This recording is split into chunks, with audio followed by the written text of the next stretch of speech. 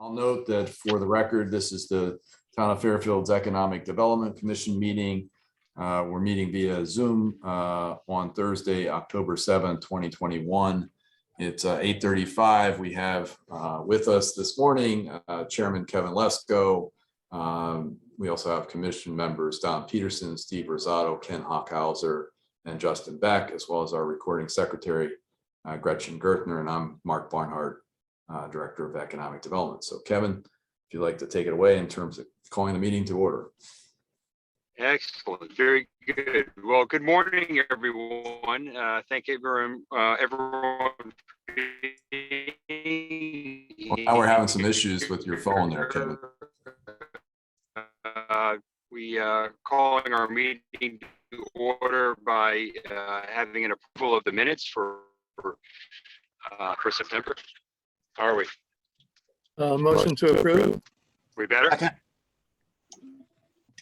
So I have a motion by Commission Member Don Peterson, seconded by Steve Rosado, to approve the minutes of September 2nd.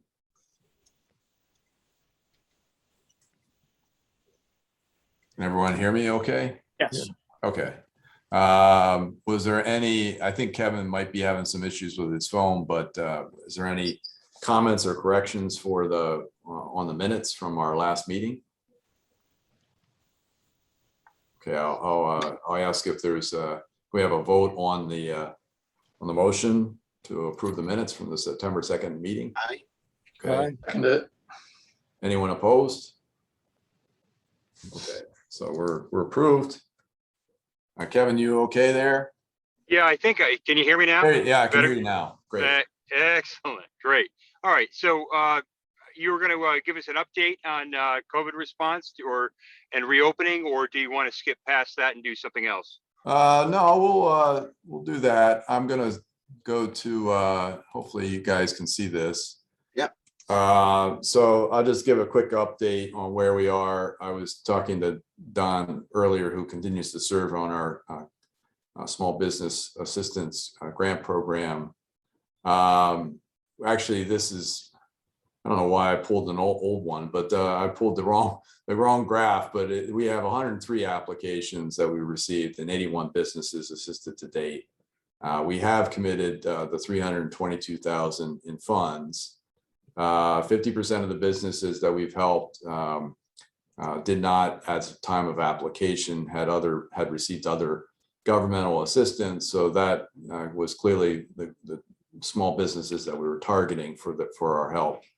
2/3 are either businesses where the owner or the majority of their employees are low, moderate income recipients. So again, that satisfies one of our funders' key criteria. This is funding through the Department of Housing and Urban Development under its Community Development Block Grant Program in terms of the COVID assistance. The average grant has creeped up. We're now around $4,000. We were a bit more conservative at the outset, not knowing what kind of response we would get. But over time, we were a bit more generous with our funding support in terms of addressing business needs, most of which has gone towards operating support. And in terms of jobs retention, that's been the bulk of it. 145 plus jobs retained and 21 jobs created in a pretty wide variety of businesses that have been helped. Obviously, a number in the food service sector and retail trade, but we carved out salons and those types of businesses, but also fitness providers, and you can see the rest. So again, it's been a pretty success. I think it's been a very successful program. Received a lot of calls from other communities in the state asking for information, which I've shared with them in terms of how we administer the program. I know some communities are proposing to use monies under the American Rescue Plan Act to provide direct financial assistance to small businesses.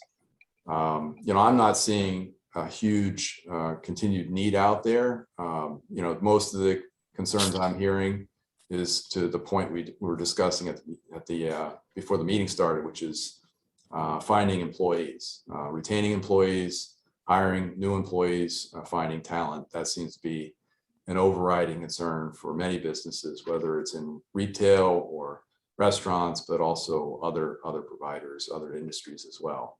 So we still have money out there. We have about $20,000 left in the original allocation under that program, and we have. Is there a deadline to use that up, Mark?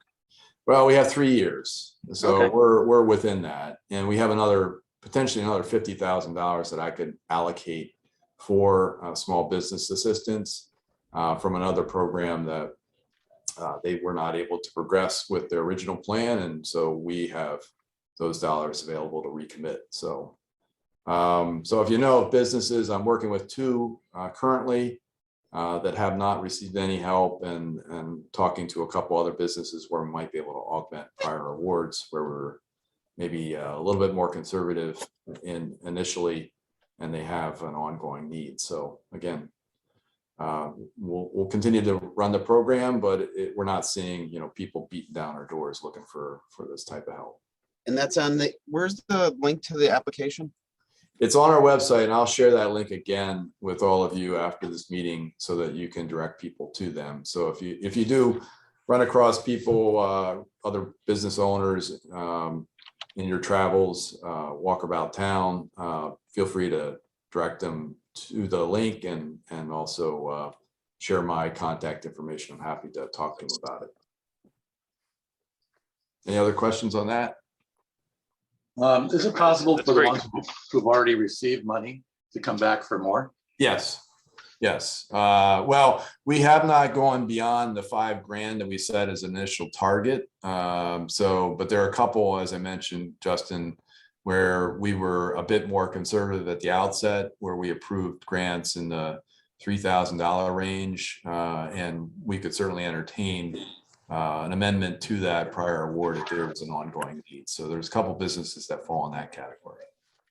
Yeah, no, I would say that was quite successful. Any other questions on that? If not, maybe we can move forward with the updates on the draft comprehensive economic development strategy. Yeah, I'll just, so with regard to that, I think our last meeting we had Patrick Carlton and Matt Fulda from MetroCog there. Hi, Bev. Good to see you. John's also on the call as well. John Slavin, commission member, as well as Beverly Ballas from the chamber. So they did have a public hearing, I guess, on the draft SEDS mid-September. And now, I provided a few comments in terms of revisions to the draft document, which they've incorporated into the final draft. So I believe now all that's left to do is for the MetroCog board, which is comprised of the chief elected officials from the 6 towns to meet, consider and approve it, and then it'll be submitted to the state, and then from the state to the feds. So I think, unless you have anything further on that, that's where we are at present. Okay, how about the economic development priorities in the American Rescue Act, Mark? Did they finalize where they're going to be spending the funds? They did. So those of you who may have had some time in your hands and sat through the RTM meeting this past month, they did approve, for the most part, all the proposals submitted by the administration for funding under the American Rescue Plan Act. I think there was just one, revision to the proposed funding allocation plan. But all of our priorities were in there, including, funding to complete the plan of conservation development through planning and zoning. I know they're in the process of putting out an RFP to hire a consultant to complete that, and the rewrite of our zoning regulations. There were also funds available, or funds provided for resiliency in the downtown area, as well as Rooster River watershed, doing flood control type projects and a host of other initiatives. So for the most part, what you saw presented earlier is what the RTM ultimately approved.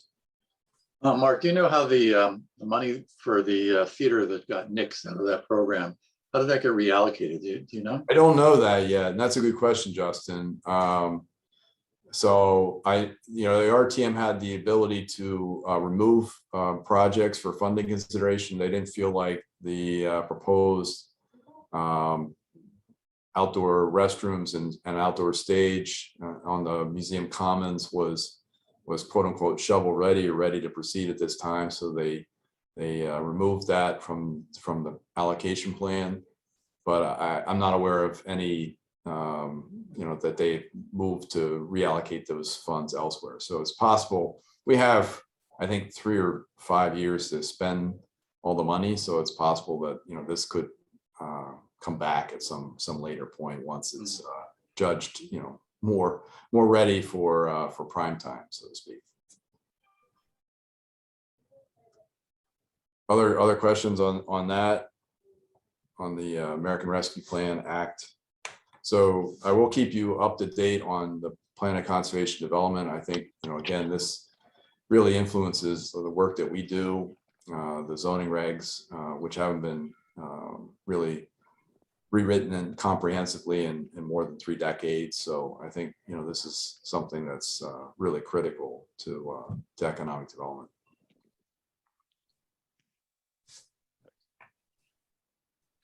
All right. Anyone else? Anyone else have a conversation about that, or do we want to do updates on the Thanks, site Steve. plans and pending? Steve shared the link in the chat. So if those of you are looking for the small business COVID small business relief application process and information about that, it's in the chat. Excellent. So I'll just hopefully folks can see. So I will just give you a quick update as to where things are. Just overall, there has been fairly robust activity both on the residential as well as the commercial building front. We've eclipsed the $83 million mark in terms of construction value this year. That is 116% of last year, and roughly, and this is only through the first 9 months, roughly 3/4 of where we were in 2019. So pretty robust activity, including $67 million in new construction. The bulk of that is at the universities, which continue to lead the way. So some of this, while it shows up on our construction activity, it's institutional. It's also not for profit. So $60 million of that $67 million is related to 2 projects at both universities: the new ice hockey rink at Sacred Heart University and the new alumni convocation center at Fairfield U. So both universities continue to make pretty massive investments in their on-campus facilities, which is reflected in our commercial building activity, which don't, in the end, that certainly generates some employment and jobs on its own, but doesn't translate into adding to our commercial grant list. So just note that for the record. So I wanted to just provide a quick rundown of some of the key sites. I was giving this information also, reviewing with Brenda, the first selectwoman. So I think many of you are familiar with most of these sites, but these are our larger redevelopment sites, including former Exide battery site, 2190 Post Road. So this is a little over a 6-acre site. It is currently zoned industrial given its former manufacturing use. It was considered a brownfield site, perhaps still is, but it was fully remediated, and there is no, importantly, there's no environmental land use restrictions on the site. So all the lead that was formerly in the site and the adjoining Mill River has been removed. The site affords really tremendous you know, visibility in terms of its frontage on the post road, US Route 1 between Southport and Fairfield Center. So we see that as a key gateway site for the town. You know, has Mill River access, so there's a water dependent use potentially, although, you know, it's hard to access the water, but, you know, those are things that, for example, Connecticut DEP will look at in terms of how, you know, future development might allow for public access to the adjoining waterway. Just It's one currently question. being marketed for a build a suit or ground lease opportunity, and we've worked with the developers on that. So Steve, you had a question? Yeah, just it always comes up like parking, road access, and that is so close to that intersection coming from Mill Plain there. And that I know we talked, you know, a while back about that development across the way there and back of Shoe and whatnot. Is there ever any thought or will on trying to mitigate that intersection, because that is the choke point in town, or one of them at least? I totally agree, and I think this is going to be, will have to be a key priority for us, because it really, you know, we've looked at, for example, there's been a lot of discussion about whether it makes the most sense to have so much town-owned land dedicated to surface parking downtown around the train station, whether there might be an opportunity to do a joint development partnership with a private entity that would provide for parking for commuters as well as the downtown businesses, but also allow for some benefits in terms of adding to the commercial tax rolls from some kind of development there. But again, handling the traffic, congestion, parking, all those issues, that underpass and that five-legged intersection there is a key impediment to realizing that vision. So not just for these sites, I'll get to the Thorpe Street, the Fairfield Lumberyard site, which is off that five-legged intersection, but future development that includes the train station. You know, we have to address that issue for sure. Yeah, I could just see, like, you know, people like trying to develop this, and then the traffic studies are going to be, you know, developers are going to be stymied, stuck in the water because of that intersection. So I've made that point repeatedly to folks at the town level as well as the state who are interested in facilitating transit-oriented development. You know, and they look, you know, as we do here, an aerial view, and look, hey, there's a tremendous opportunity here. Yes, there is, but, you know, to unlock that potential, we really need to address some key infrastructure challenges, and that's one. It's not even on, as far as I could tell, looking at Metro North, their capital plan. This is not identified as one of the priorities in terms of rehabbing that bridge and that underpass. So, you know, I think we need to work to elevate that in terms of a local priority. I believe they would actually include the purchase of other private properties around it, because you need the extra room to be able to expand any kind of intersection. Well, the good news is on our side, on the Mill Plain, the I-95 side, it's town property. So, you know, there's an opportunity to do that, to widen that, to provide for additional stacking capacity. But that whole intersection, I think, just has to be reimagined. And then, you know, obviously you do have to widen the underpass to provide for additional capacity through that. Right, changing lanes and what have you. Sure. Okay, that's great. So moving on to our the crossings at Fairfield Metro, I think we've spent quite a bit of time talking about this project. It's about 24 acres that's available for commercial development. Obviously adjacent to the Fairfield Metro train station, which opened in 2011. Pretty significant investment of public dollars to create a new train station and provide the infrastructure to support not just the commuter rail station, but future development, including partial remediation of the site. It's not fully remediated. It was envisioned that the development would actually be part of the solution from an environmental remediation standpoint. But the site is largely capped either temporarily or permanently under an engineered control system. So the last approved mixed use plan, master plan for the site was approved by planning and zoning back in April. It included 357 residential units and a hotel as part of the commercial development. There was some ancillary office and retail associated with that plan.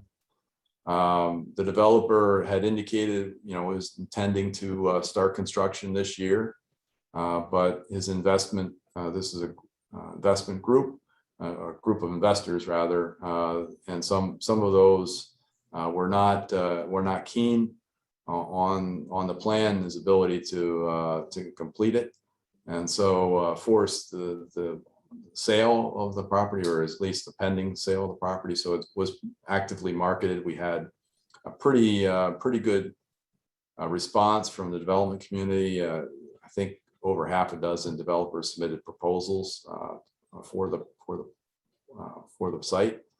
And currently, I just talked to Sam Mermelstein from Enclave Equity, the managing partner, just the other day, and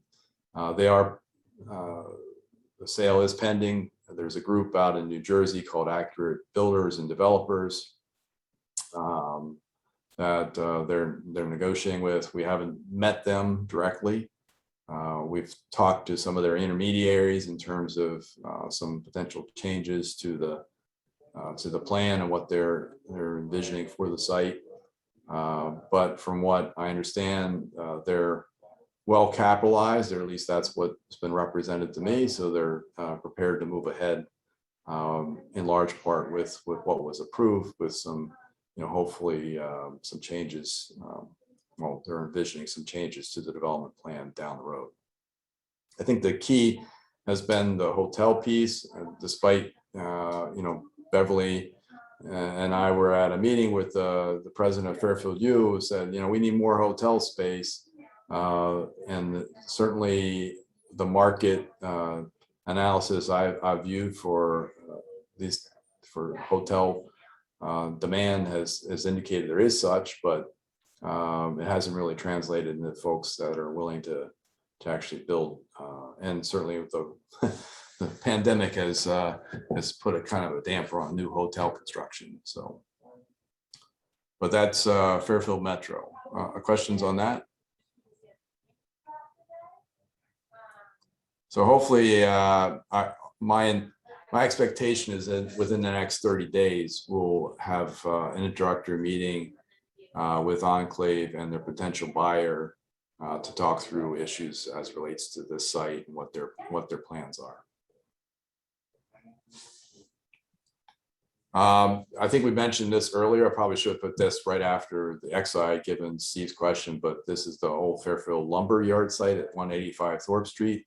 Again, it is currently industrially zoned, but it has a DRD overlay to facilitate fairly large 200,000 square foot residential development. It was proposed as a 448 unit independent living, most of which were one bedrooms. It was to be jointly developed with the Jewish home. And from what I understand, talking to the owner, developer, those plans, the Jewish home just was overextended, not able to really construct this project. And so now we've been meeting with other entities that are interested in purchasing the property from the current owner, Cinto, and developing the site for residential. So that's and we just had a meeting yesterday with one such partner that's looking at the overall plan. Their concern is, that was the design or the plan that was approved through planning and zoning earlier, a year and a half ago, was very much geared towards what the Jewish home had envisioned and isn't really financeable at this point. So they're looking at different options, working within the same footprint, perhaps a reduction in the number of units, but again, more tailored towards just not age restricted generally, but with residential. I have a question regarding that. Hey, Ben. if it's purchased by the Jewish home, they're a nonprofit. Does that mean this is not taxable? Well, the idea was it was not to be purchased. It was actually a joint development partnership between RD Cinto and the Jewish home. But the Jewish home is no longer interested in moving forward with it. So the site is actively being marketed for sale. So to your question, yes, if it was transferred, if the Jewish home purchased it outright, it potentially would be tax exempt as a Gotcha. tax exempt entity, but that's no longer in the offing. Generally, what's the tax revenue variation between how it sits right now and potentially how it would be in the future? Is there a significant increase in the revenue for the town, or There would be, again, when we had the assessor run the numbers based on the prior plan, we're looking at a $50 million plus increase in valuation over the current use. wow, that's significant. Yeah, it is. It is. Another question. What were the limiting factors that only kept it 203,000 square feet? Well, the limiting factors is it's in an environmentally sensitive area. The picture probably doesn't do it justice, but it's surrounded by tidal marsh, and again, to the point that Steve raised earlier, the access is primarily through Thorpe Street, which is a narrow road that leads to this five-legged intersection that's traditionally been an issue for traffic. So it's in a flood-prone area, flood zone, surrounded by tidal marsh. So there's conservation easements in place, and then you have the traffic issues. Understood. Discussion though, if I remember correctly, when they were trying to prove it was going to create a lot of foot traffic as well as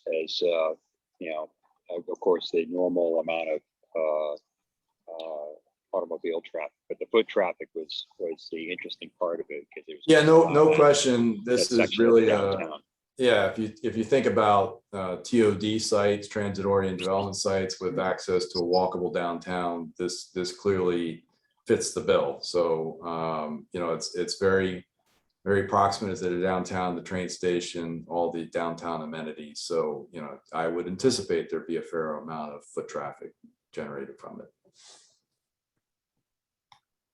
Running down our hit parade, again, this is a site that has been, we were able to develop the eastern half, which was the site that hosted the actual manufacturing facility. Anyharmon was a precious metals processor, not the cleanest industrial use. So there is obviously some environmental remediation that does need to take place. It took place on the site that is currently occupied by a Whole Foods anchored retail plaza.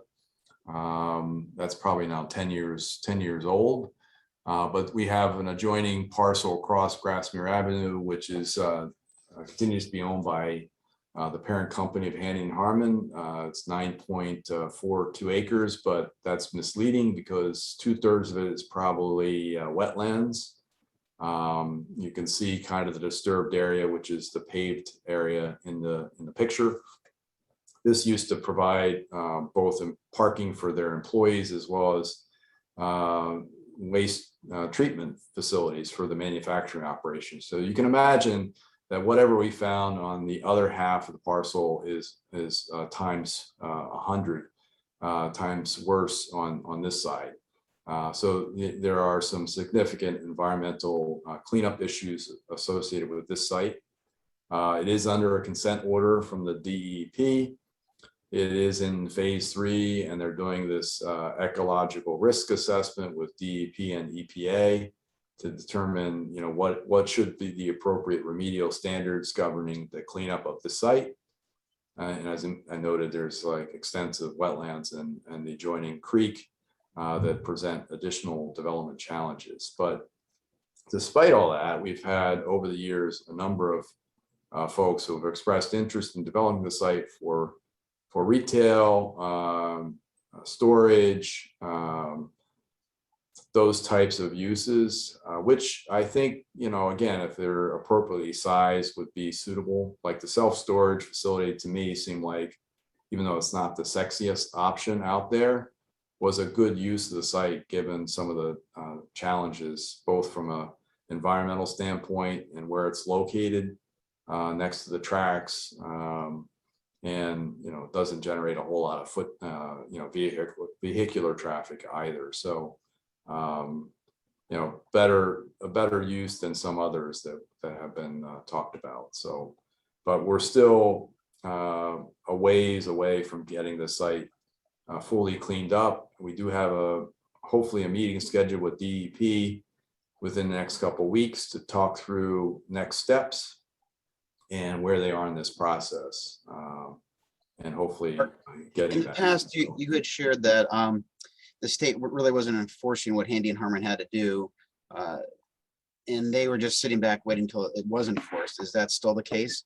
Or is it there's some movement? We've made progress. I touched base with the staff person at DEP to ascertain where things stood. My concern at the time was they had, due to their own resource constraints, farmed out the ecological risk assessment review to EPA Region 1.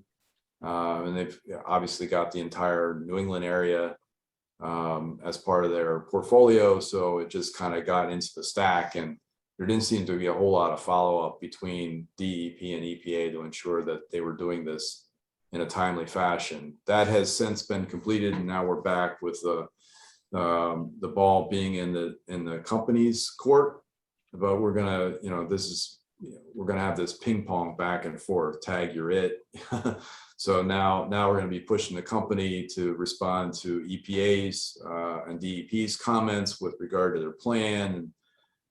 It's just, the process is a very arduous and slow moving one. And it just, in my experience, nothing ever moves that quickly unless you're providing constant pressure on the regulatory agencies and the company to move things ahead. And it's not like we have some huge development plan for the site that's going to put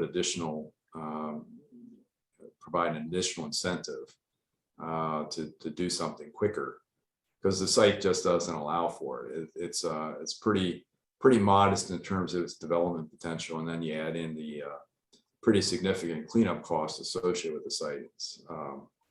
It's a conundrum.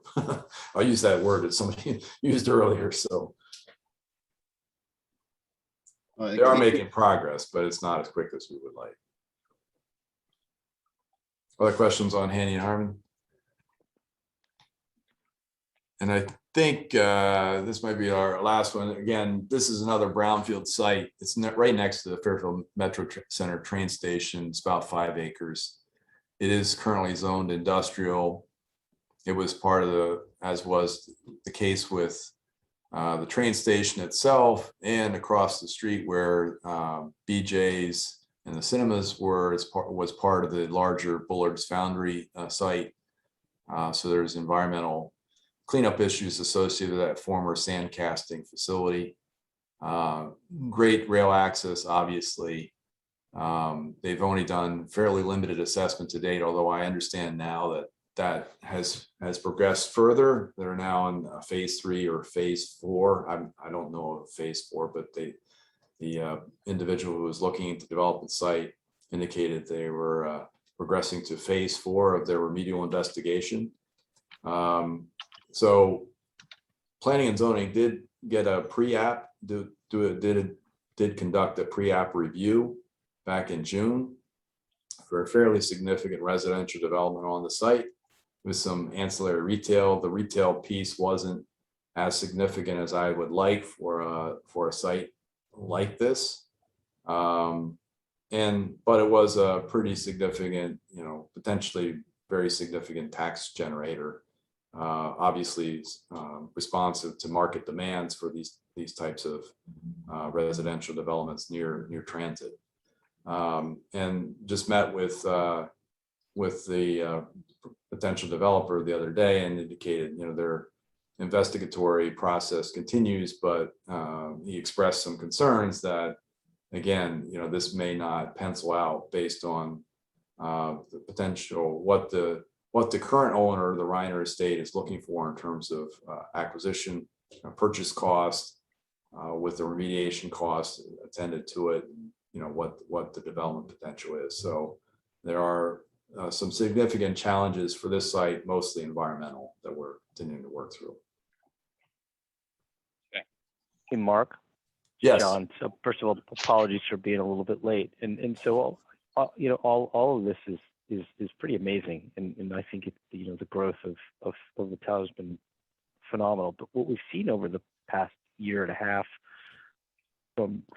is sort of the demand on the traffic side, and then also the local businesses, to some degree. I'm wondering if we continue to build out in more apartments where it's a small area with a concentrated amount of people, and we see the numbers go up. We have the infrastructure in town, meaning the stores to accommodate. I mean, I'm just going to use an example. Every time I go to CVS on Black Rock Turnpike, it's a 45-minute wait, right? And so the traffic getting from one side of town to the other is just a consequence of everything that's going on. So while the trend continues to move in the direction, I think that we wanted to. I mean, how are we thinking about some of the consequences that we're starting to see? And as if we continue to grow, how are we going to deal with that, whether it's a traffic situation or, grocery stores or just the simple things that will turn some people off, that it's like, what, I don't want to deal with that. Mm-hmm.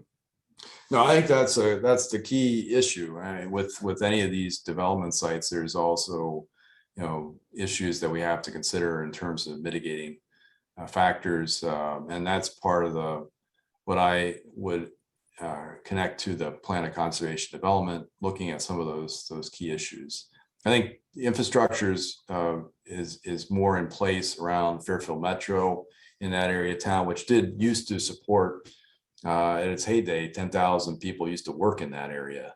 And we've since made improvements to the infrastructure to support not only rail transit, but also cars connected with what was envisioned for 1 million square foot of office development associated with the site. So there were a number of intersection improvements and things that were roads that were widened to accommodate future development in that area. So I think that area is probably better suited than others to accommodate future growth. But that definitely is a concern, as we were talking about with some of the downtown locations, sites, the Thorpe Street, even potential joint development around the train station area. Unless we address some of those infrastructure challenges, those bottlenecks that we all experience currently, it's hard to envision some of these things going forward. So If I remember correctly from the surveys from the transit-oriented studies, hasn't both the population of the town and the housing inventory been relatively flat, going back into the 70s? And are we seeing, to John's point, is this a big spike in this housing, the apartments and sort of housing that we haven't had in a much shorter period of time?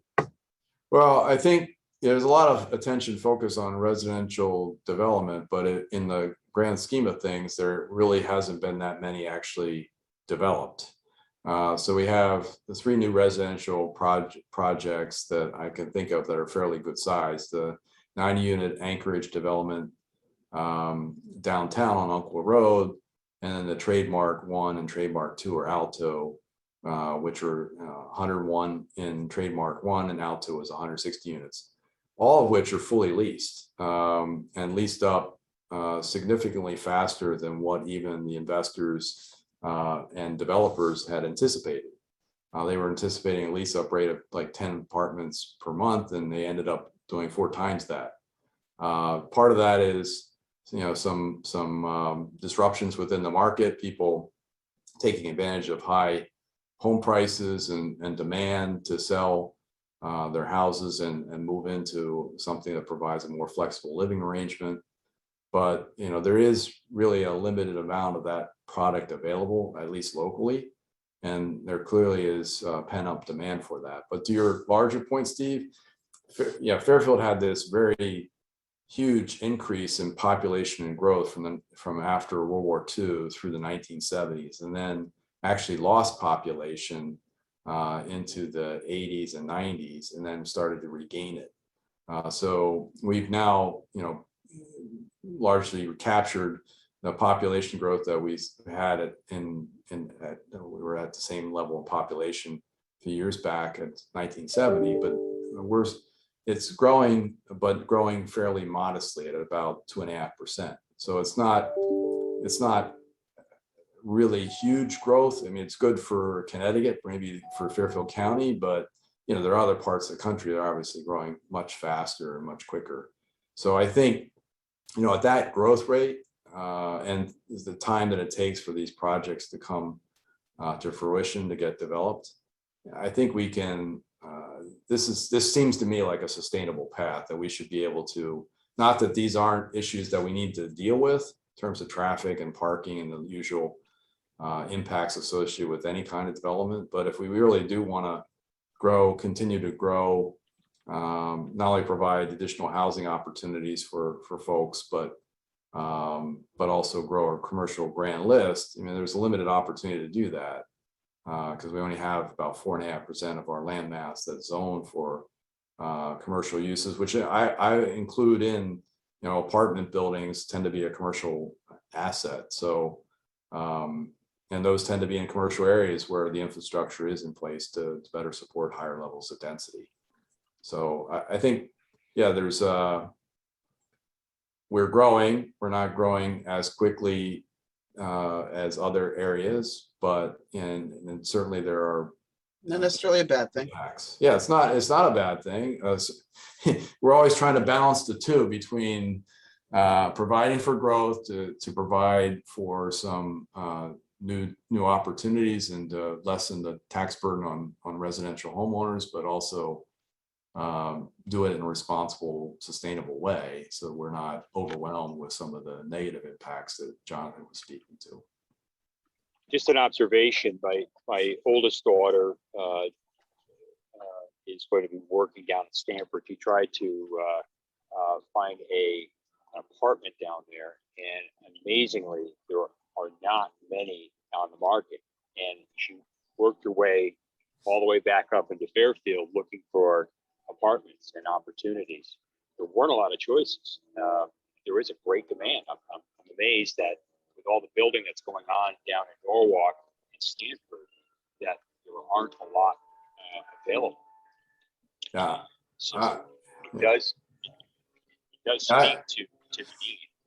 Yeah, it has. I think the developers at Fairfield Metro, the Trademark Alto developments, were pleasantly surprised at the strength of the market, I guess. I mean, once Trademark took a little bit of time to get itself situated because it was a relatively new product for Fairfield, but Alto leased up very quickly, and the same can be said for Anchorage too.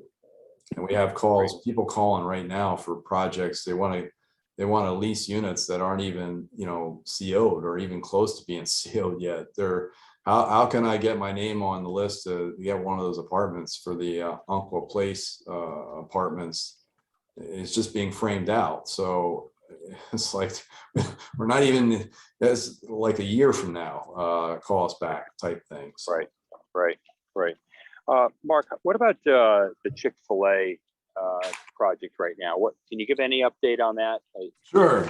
Yeah, I went through the big sites. So the little ones are still there. 801 Post Road 42. 801 Post Road is the gas station. The Pizza Co restaurant, which we had submitted a letter of support for the original iteration of the plan. They come back with a slightly reduced footprint, revised plan, which is currently pending before planning and zoning.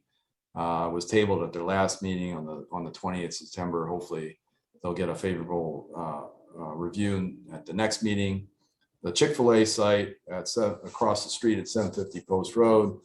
I think they're in their third hearing date. A lot of the focus has been on traffic and how the site is different from other locations in Connecticut and how they are better able to handle traffic and queuing and ensure that, you know, some of the impacts associated with that doesn't spill over into adjoining properties or onto public streets. But that continues. My understanding is, you know, they're moving ahead. They did provide additional information to planning and zoning that provided actual traffic counts from all 5 other Chick-fil-A locations in Connecticut and differentiate, you know, how this site is different. It is much bigger and has much more significant queuing capacity on site, as well as parking for a single use occupancy. But I also told the developer that from an economic development perspective, from our commission's perspective, it's hard to really look at, you know, from an economic impact to get too excited about a single story fast casual food restaurant, which really doesn't move the needle a whole lot in terms of what the overall tax impact is. Although, you know, we get a lot of calls from people looking forward to when they can get a chicken sandwich or chicken nuggets at Chick-fil-A. So they are planning to meet with local traffic authority, the police commission, I think next week.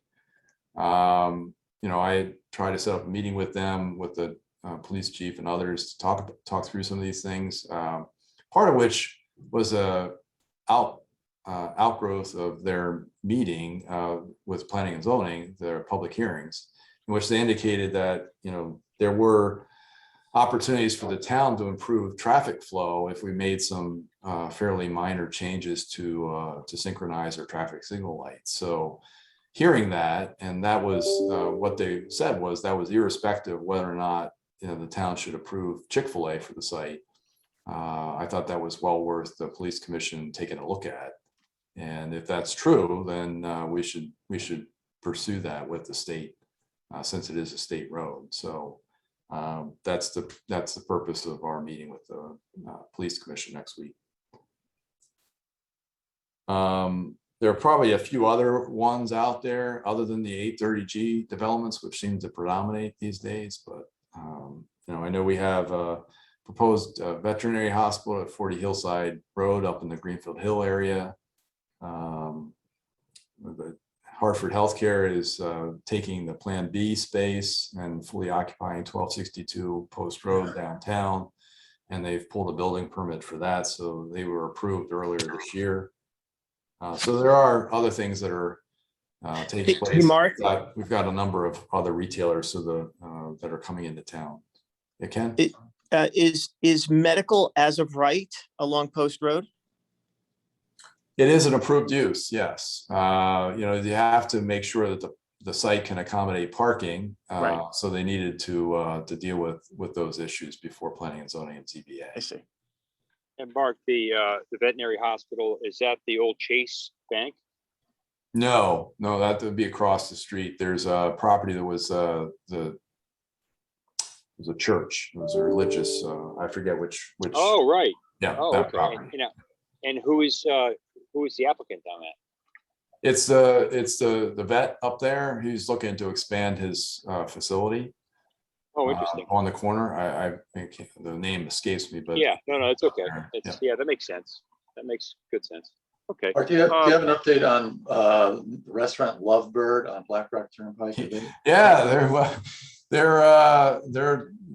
I reached out to the owner to see if they would like us because they're getting close to getting their CO. They're still doing work. A number of new tenants coming into town. Lovebird, Kid Strong in that same plaza. We helped facilitate the move kitchen corner down lower in the plaza, same plaza to accommodate these new retail uses. But we don't have an official opening date, Justin, yet. But they're from my original neck of the woods down in Lancaster County, Pennsylvania. So excited to see what they have to offer. All right. Never heard of them before, so it's been a while since I used to call that area of Pennsylvania my home. So been been here, 30 plus years. So Connecticut's. Wow. I wanted to So- comment on the traffic increase. We talked about how Fairfield, from the 60s and 70s. One thing we didn't mention is the major growth of Fairfield University and Sacred Heart University from that period to now, and the number of people that are living in Fairfield in those communities, those two universities, who are then coming into Fairfield for, restaurant and bars. Yep. And to fill up their cars with gasoline. I guess those are the two major things they spend money on in town. So there, the traffic has increased significantly based on them. I see a lot of New York and New Jersey plates all the time. And a lot of those Don't are. forget the liquor stores. And liquor stores, right? And liquor stores, Don't forget right. that. Liquor stores, Don't forget the liquor stores. restaurants, bars, and Yeah, gas. exactly. So maybe we should move on if you're okay with that. Beverly, are you still here? Can we maybe get a chamber She is. report? Good morning, everyone. morning. The first thing to announce is that the Chamber has officially moved its office from 1597 Post Road, which was upstairs from Quattro Pazzi, over to 200 Mill Plain Road. Behind me is my new office. And we're Looks nice. we're in Terry Keegan's building, which is Fairfield County Real Estate. It's a big gray house, and we're right next to the on-ramp of I-95 North. So we have this corner here. It's a lovely space. There's parking, is great visibility for us in the chamber, having people stop by and come in. So we're very, very happy with this space. So that's been new for us. A couple of weeks ago, one of our chamber members, Oak Lawn Cemetery, held an event that the chamber helped them with. And I just, if you know where Oak Lawn Cemetery is, it's over on Bronson Road, but they erected a beautiful, created, designed, and put in place a beautiful memorial in remembrance of 9/11. This, as we all know, is the 20th anniversary of that tragic event. And so for Fairfield, we have a lovely 9/11 memorial in our town. There's a nice little history behind it. His groundskeeper wanted to design this and kind of have that as his legacy. He unfortunately died last year before he could see the completion of this. And one of the board members, when 9/11 happened after that, had gotten down to the site when you could do that and picked up some acorns, some trees around there, and brought them back and started to grow them and all of that. So the walkway that comes into the memorial has oak trees there, and they're actually from New York City. So it's lovely and beautiful. There is also a boulder there as well, in recognition of Flight 93 in Shanksville.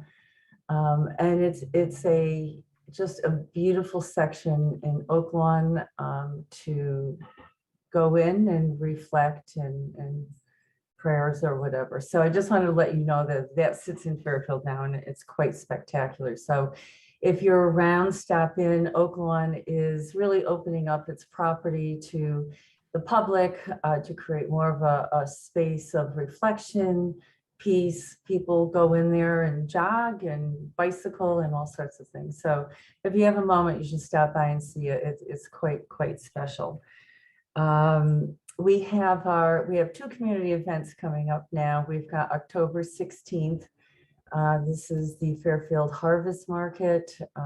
We haven't held one in a year, but this is a great community event. We have a huge, gigantic pumpkin coming in for people to guess the weight on that. We have vendors. At noon, we have a Halloween dog parade, which is so fun. Just goes down Old Post Road over to the YMCA and back again. So it's nice to open up now with something like this, which we haven't been able to do in a long, long time under, community events. And then Santa will come to Fairfield this year. We haven't seen him in a couple of years. So that is the Sunday after Thanksgiving, November 28th. The 27th is actually Small Business Saturday. So Santa lets everyone shop and then he comes in on Sunday. So we're really looking forward to that. That's such a great community event for parents and kids and all of that. So those are the updates from the chamber side, and good to see everyone this morning. Thanks, Bev. I'm glad you were able to resolve your technical issues there. Yeah, they only. The office looks great. It does. Congratulations, Thank Beverly. you. That's great. Any other business going on? Anyone else have any commentary that they'd like to bring up before the board?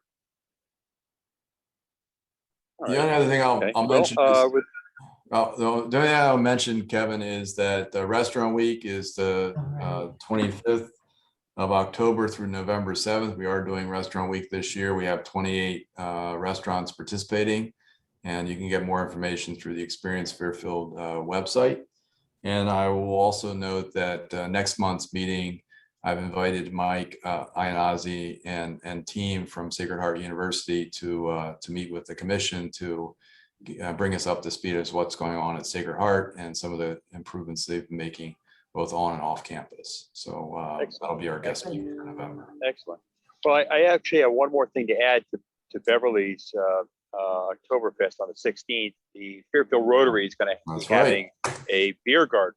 So for those of you who might be going through and with your spouses or family and looking at all the crafts and allowing them to kind of take in that portion of it, those of you who wish to maybe come over to the beer garden over by the Sun Tavern and join us for a round or two, that would be a wonderful thing as well. It's a nice fundraiser for the Fairfield Rotary Club. So that was a shameless promotion, of course.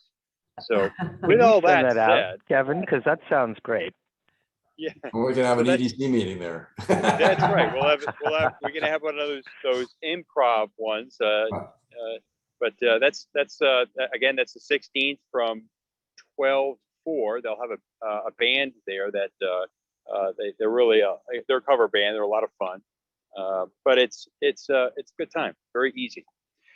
All right. Well, Kevin. ladies- You had me at Yes. beer. Kevin, thank you for that. I apologize for not mentioning that, but maybe we want to mention Halloween on the Green toward the end of the month as well. Yes, Rotary yes. will be in there with pumpkins to paint. That's the 24th over at the Fairfield Museum for the children. And Beverly, is that like an 11 to 3? Is that, I'm not remembering. I think it's 12 to 4, Mark. Isn't Okay. it? I think so too. I can send Okay. out the link. Yeah. Okay. Okay. All right. Great. But Yes. that's a fun Very one, good. too. Beverly. That is a lot of fun for the families, for sure. All right. Well, again, thank you, everyone. Be safe. And until the next time we see each other. Thanks all. Thank Thanks. you. Take care. Adjourned at 9:33. Thanks, everyone. Bye now.